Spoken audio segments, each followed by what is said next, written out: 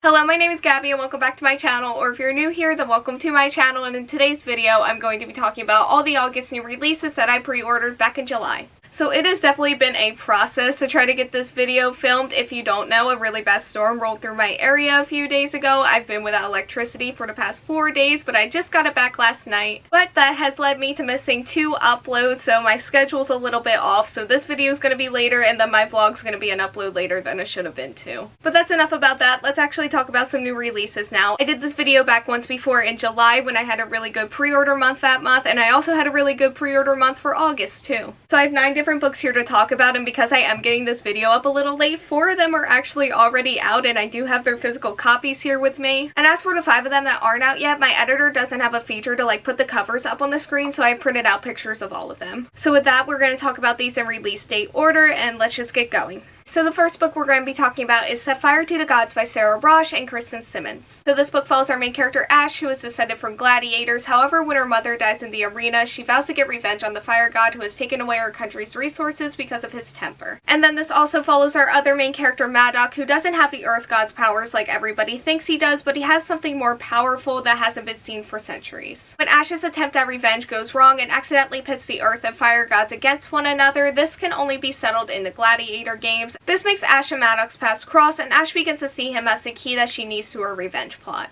So I haven't read too many gladiator themed books. The only one that's really coming to mind right now is God's Grave by J. Kristoff, which I love that book, and I really did enjoy like the gladiator aspect of that. So I am definitely excited to see that in here, and I also really love books that have like different gods and goddesses. And then I've talked about this before, but I also really love revenge plots, so seeing all of these elements combined, I am very much looking forward to this book. Now I have glanced at the rating, and it's not looking too good. There does look like there have been a lot of DNFs, but I'm going to try not to let that get me down, but it is going to make me go in more cautious and with like lower expectations than I was going to go into it originally. And this book came out August 4th, which was the day I was supposed to film this video, but it's now the 8th and it's out now. So the next book is The Black Kids by Christina Hammonds Reed. So this is a book that is set in LA in 1992 and explores topics of race, class, and violence by following a wealthy black teenage girl named Ashley during the Rodney King riots. So this book is just getting absolutely fantastic reviews, and I've read that it's supposed to be very realistic and honest, which is something that I'm really going to appreciate if I see it. I think this book kind of just speaks for itself, honestly. Like, it has a lot of good going for it, it seems like. I just see a very clear path for this book to get a 5-star rating, as long as it's like well-paced and none of the characters I'm supposed to like end up annoying me. The cover is just so stunning, and this one's again came out August 4th.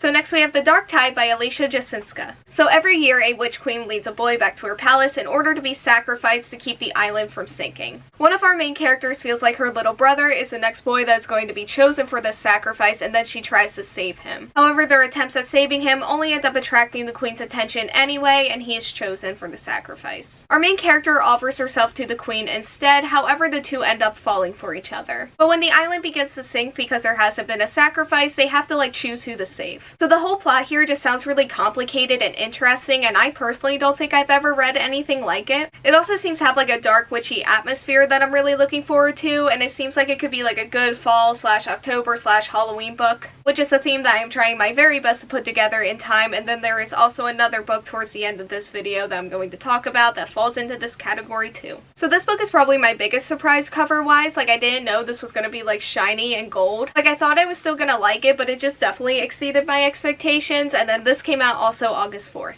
So next we have Star Daughter by Shveta Thakrar. So this follows our main character, who is the daughter of a star and also a mortal, and then this has to be kept a secret. However, one day an accidental burst of her starfire ends up putting her human dad in the hospital, and then she has to turn to the stars to heal him. This takes her to the celestial courts, where she has to compete as her family's champion in this competition, where the winner becomes the next ruling house of the heavens, or else she can never return to Earth at all. So this book is based on Hindu mythology, and it's also very celestial, which are 2 things I'm very excited for. I do feel like these YA fantasy competitions are getting a little old. Like, I feel like I've already talked about them a ton in this video. Was it just one? Yeah, just one other time in this video. Honestly, even though I do feel that way, I do typically end up enjoying those as long as they're done well. And I'm also just really looking forward to like some celestial core politics as well. I just really love core politics in general, and I'm really excited to see like the celestial elements woven into it. This is definitely probably one of my most anticipated fantasy releases for this month, although there are some really good ones I'm going to be talking about later in this video too. There is one at the very end of this video that I'm super excited for, probably more than this, but this one comes out August 11th.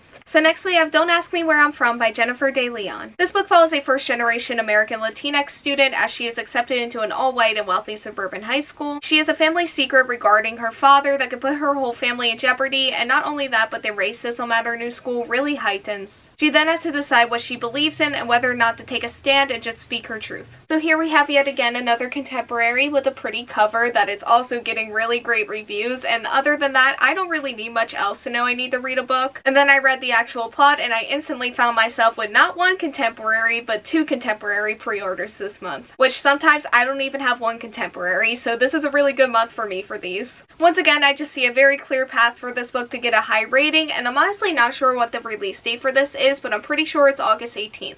So next we have Raybearer by Jordan Ifueko. So this book follows our main character who is sent by her mysterious and often absent mother to compete against other children to be chosen for the Crown Prince's Council of 11. Where if she is picked for this, then she gets bonded with the other people in the council through the Ray, which is a bond deeper than blood. Our main character really craves this closeness and just wants to belong somewhere, but her mother wants her to kill the Crown Prince once she gains his trust. Our main character doesn't want to be her pawn, but she has to try to find the strength to find a different path for herself. So when I saw this plot the first time, I was like, okay, I kind of get where this is going. I think I've kind of seen this before. Just with like the competition stuff, and then also just like that plot of gain somebody's trust in order to kill them but then change their mind later. So I wasn't going to go with this one, but then I kept thinking about the cover and just how beautiful it would look in hardback. And then that compelled me to look at the rating, and that was very good. So I figured if it's doing well, even if the plot seems kind of basic with like some exceptions, because stuff with like the Ray bond seems really cool, I do feel like I have a really good chance at enjoying this. I mean, just look at the cover. I dream about covers like this. I cannot wait to just see this in physical copy in all of its hopefully shiny glory, and it comes out August 18th. So I just want to correct myself from the beginning of this video. I'm talking about 10 books today, not 9. I forgot about my sequel. And that sequel is The Faithless Hawk by Margaret Owen, which is the sequel to The Merciful Crow. And because I forgot about this book, I also don't have a picture of the cover of the sequel, but I do have the physical copy of the first one. So The Merciful Crow follows our main character Fly, who is the future chief of her crow caste. There's this plague going on, and what the crows do is that they take care of the bodies and maybe even killing the people who fall ill before the plague can spread. One day the crows are called upon to collect the dead prince and his bodyguard. However, the catch is that these two are actually faking their deaths. The crown prince then offers the crows an alliance. If they help protect him from the queen, then when he has the throne, he will protect the crows. So I remember this book in particular having a really complicated magic system, so I'm thinking that it's definitely going to take me a while to get used to it and figuring it out again, which is not something that I'm necessarily looking forward to, but the series does seem to have like an eerie atmosphere, which I am really looking forward to seeing again, hopefully. And I'm also just really curious to see where the series goes in general. Like, I kind of have an idea of where I think the story's gonna go, but I'm not 100% sure yet, and I definitely don't know how it's going to be executed if it goes the way I think it is. Some other issues that I think I'm going to have is that I did have some trouble paying attention to book 1. I've read many sequels that I've ended up enjoying more than book 1, even if I didn't end up liking book 1 at all, and that's not the case for this one. Like, I did enjoy this for the most part, so it should have a little bit of an easier time. The Faithless Hawk comes out August 18, which, fun fact, I pre-ordered this back in June because for some reason I thought it was a July release, and that's probably the reason why I forgot about it while filming this video. So next we have Clown in a Cornfield by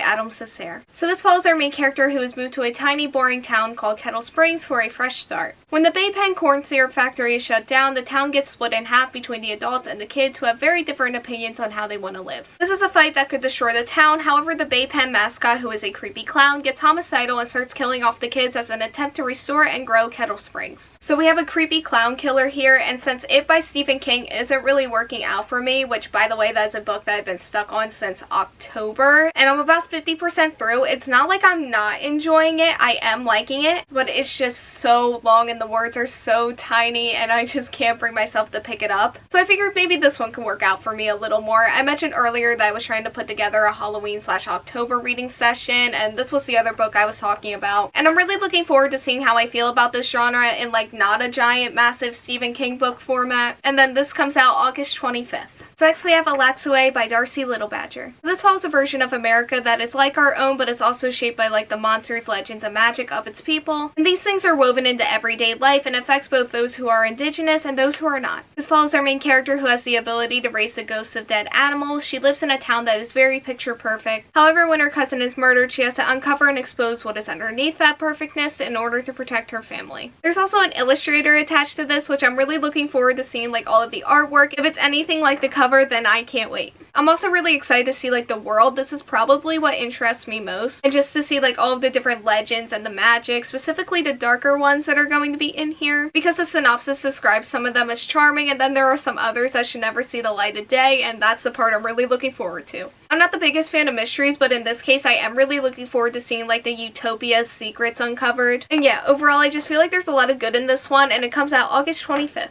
So next we have Where Dreams Descend by Janella Angelis. So this book follows a city of ice where magicians face off against one another in order to win the headliner position at the Conquering Circus. Each act becomes more bold and dangerous as the competition goes on, and magicians begin to go missing. This leaves 3 magicians left, and then they have to face their secrets before they go missing next. So this is book 1, The Kingdom of Cards duology, which everything about that title just makes me so excited and happy. Actually, everything just about this book in general makes me excited and happy. I love books about the circus, and I love books about magician battles. There's literally just nothing about this that I'm unsure of. It's a book that I just see so much potential for, and I cannot wait to get my hands on this. This book is also the reason why I kind of didn't want to say Star Daughter was my most anticipated release of the month earlier, because this one is also pretty up there, and it may actually be higher, and I think it could be, and definitely is. It comes out August 25th, which just seems so far away. I don't know, I definitely may end up reading this upon release, depending on when the book gets here and what my TBRs for both August and September look like at the time. So those are all of the new releases that I have to talk about in this video. As usual, I'll probably find more later on, but for now, this is going to be it. So that is going to be it for this video. I'm very excited to be back. I'm assuming the next video you're going to see is going to be part 1 of my reading vlog for the Avatar The Last Page Turner readathon. I'm pretty sure it was supposed to go up on the day that you're actually seeing this video, but again, because of the power outage, this is just the way it's going to go. But anyway, thank you all so much for watching. Like, comment, subscribe, hit the bell, and answer the question that'll be around here if you want to do that. And hopefully I will see you here next time. Bye!